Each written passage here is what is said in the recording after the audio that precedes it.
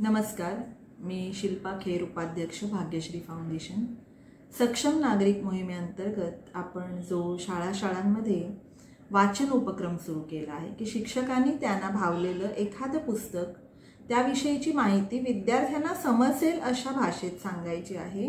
याचं जो उद्दिष्ट आहे ते म्हणजे शिक्षकांनी वाचावं हे तर आहेच, परंतु विद्यार्थ्यांना वाचण्यासाठी उद्युक्त करावं। एखादी माहिती जेव्हा आपल्या शिक्षकांकडून आपल्यापर्यंत येते तेव्हा आपल्याला त्यातले जे काही मुख्य पॉइंट्स आहेत ते ऐकून ते पुस्तक वाचण्याची उत्सुकता जागृत होते, किंवा अगदी प्रत्येकाला नाही जमलं तर किमान त्या पुस्तकामध्ये काय आहे त्याचा महत्त्वाचा भाग आपल्या थोडा तरी लक्षात येतो। या वाचनामुळे काय होतं, आपल्या विचारांना एक दिशा मिळते, एक आकार मिळतो आणि आपल्या व्यक्तिमत्वामध्ये त्यामुळे आमूलाग्र बदल होतो।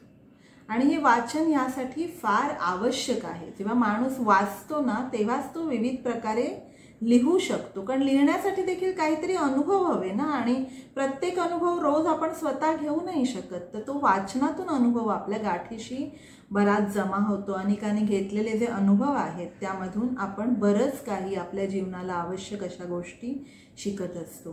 तर आज आपल्याला या उपक्रमाअंतर्गत माहिती सांगत आहेत कोल्हापूर जिल्हा परिषदेच्या शिक्षिका श्रीमती शुभांगी स्वामी, आणि त्यांचं आवडलेलं जे पुस्तक आहे माती, पंख आणि आकाश, ज्ञानेश्वर मुळे हे त्याचे लेखक आहेत आणि त्यांनी हे पुस्तकाची माहिती सांगितलेली आहे ती आपण ऐकावी। त्यांचं फार अभिनंदन की त्यांनी फार सुंदर माहिती पाठवलेली आहे। त्यांचे वडील देखील शिक्षक आहेत आणि ज्याने ज्ञानेश्वर मुळे यांना घडवलेलं आहे, जे हा भागातच त्यांनी सांगितलेलं आहे। त्याचप्रमाणे त्यांनी त्यांचा वाचनाचा छंद जपलेला आहे, त्यांनी ग्रंथालय त्यांचं ठेवलेलं आहे। ही खरंच एक शिक्षकाला म्हणजे आम्हा सर्वांना त्यांच्याविषयी एक अभिमान वाटावा, आदर वाटावा अशी गोष्ट आहे। आपण त्यांचं मनोगत ऐकूया। धन्यवाद। नमस्कार, मी शुभांगी प्रकाश स्वामी, कन्या विद्या मंदिर आळते या ठिकाणी अध्यापिका म्हणून काम करते। मला गोष्टीची पुस्तके वाचण्याचा खूप छंद आहे। आजही मी महिन्यातून किमान एक तरी पुस्तकाचे वाचन करते। तसेच जुन्या अभ्यासक्रमांच्या पुस्तकांचा संग्रह करण्याचा मला छंद आहे। माझे छोटेसे एक ग्रंथालय आहे। सक्षम नागरिक मोहिमेअंतर्गत वाचनातून व्यक्तिमत्व विकास हा उपक्रम सुरू आहे। या उपक्रमामध्ये आपल्याला आवडलेल्या एका पुस्तकाचा छोटासा व्हिडिओ तयार करून तो पाठवण्याचा हा उपक्रम आहे। त्यामध्ये मला आवडलेले पुस्तक म्हणजे माती, पंख आणि आकाश। या पुस्तकाचे लेखक आहेत ज्ञानेश्वर मुळे। हे पुस्तक मला जास्त आवडण्याचे कारण म्हणजे ज्ञानेश्वर मुळ्यांचा ज्या गावात जन्म झाला तेच गाव माझेही जन्मगाव आहे आणि माझे लहानपण त्याच गावात गेलेले आहे।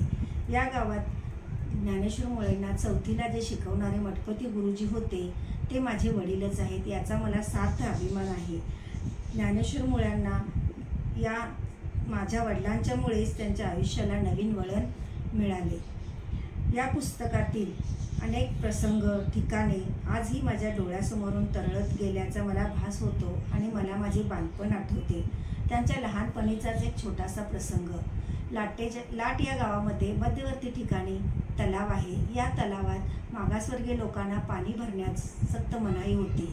हे लोक तळ्याच्या काठावरती घागरी, बादल्या घेऊन बसत व जे लोक पाणी भरून आणत असत त्यांच्याकडे पाण्यासाठी ते मागणी करत असत। मग दिवसभर त्यांना या पाण्यासाठी तिथे ताटकळत बसावे लागत असत। त्यावेळेला छोटे ज्ञानेश्वर हे काय करत, आपल्या छोट्या कळशीतून पाणी आणून या लोकांना ते पाणी देत असत। हा एक छोटासा प्रसंग मला अतिशय भावलेला आहे।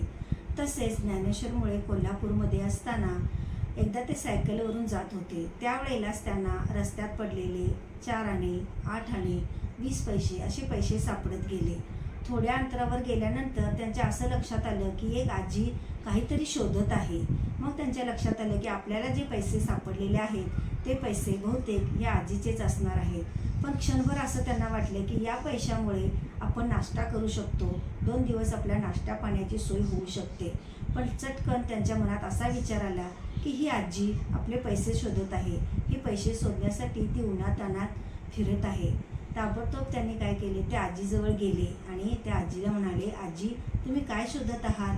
त्या आजीने सांगितले की माझे पैसे हरवले आहेत। त्याच वेळेला लगेच त्यांनी आपल्याजवळ सापडलेले 5.5 रुपये काढून त्या आजीच्या हातात दिले व त्यांना म्हणाले, आजी, तुमचे आणखीन पैसे जर हरवले असतील तर तुम्ही मला सांगा, मी तुम्हाला ते शोधून देतो. ते पाहून त्या आजीला घाईभरून आले. ती आजी म्हणाली, अंशांत हो बाळा. त्यामुळे त्यांना अतिशय आनंद झाला की आपण एका आजीला मदत केली. त्यांनी त्या आजीला आपल्या सायकलवर बसवून घेतले आणि त्यांनी तिच्या ठिकाणाला त्या आजीला पोचवले. शिक्षकांनी विद्यार्थ्यांच्या अंगातील कला, गुण, कौशल्य हेरून ते विकसित करण्याचा प्रयत्न केला. हा प्रसंग त्यांच्या जीवनातील खूप महत्त्वाचा आहे. तसेच जपानमध्ये असताना त्यांना भेटण्यासाठी एक जपानी जोडपे आले. त्यांनी रवींद्रनाथ टागोरांचे मूळ 2 फोटो व त्यांनी केलेली कविता त्या जोडप्यांच्याकडे होती. तो संग्रह त्यांनी ज्ञानेश्वर मुळे यांच्याकडे दिला आणि तो त्यांनी भारताचा सांस्कृतिक वारसा आपल्या देशात आणून संग्रहालयाच्या स्वरूपात जपून ठेवला. असे अनेक प्रसंग या पुस्तकामध्ये आपल्याला पाहावयास मिळतात की या पुस्तकातून मुलांच्या जीवनात आमूलाग्र बदल आपल्याला घडवू शकतात. कोणतीही गोष्ट साध्य करण्यासाठी अंगी जिद्द, चिकाटी व कष्ट करण्याची सवय असली की आपल्याला हवी ती गोष्ट सहज मिळू शकते. समाजात उच्च, नीच, गरीब, श्रीमंत असा भेदभाव न करता आपण सर्वजण एकच आहोत ही भावना वाढीस लागण्यास मदत होते. आपला गाव, आपली माती, आपला देश याबद्दल अभिमान वाढीस लागतो. कुटुंब, कुटुंबामधील नातेसंबंध, त्यांच्याबद्दल वाटणारा जिव्हाळा, आपुलकीची भावना वाढीस लागण्यास निश्चितच मदत होते.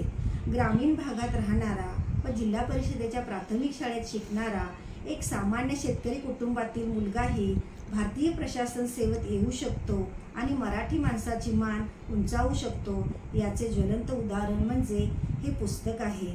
तुझा जन्म गरुड भरारी घेण्यासाठी झाला आहे हा गुरुजनांचा आत्मविश्वास खरा करून दाखवणारे ज्ञानेश्वर मुळे हे खरोखरच ग्रेट आहेत. असे हे पुस्तक तुम्ही मुलांनी वाचावे व IAS परीक्षा देऊन देशाची सेवा करावी अशी माझी नम्र विनंती आहे. धन्यवाद.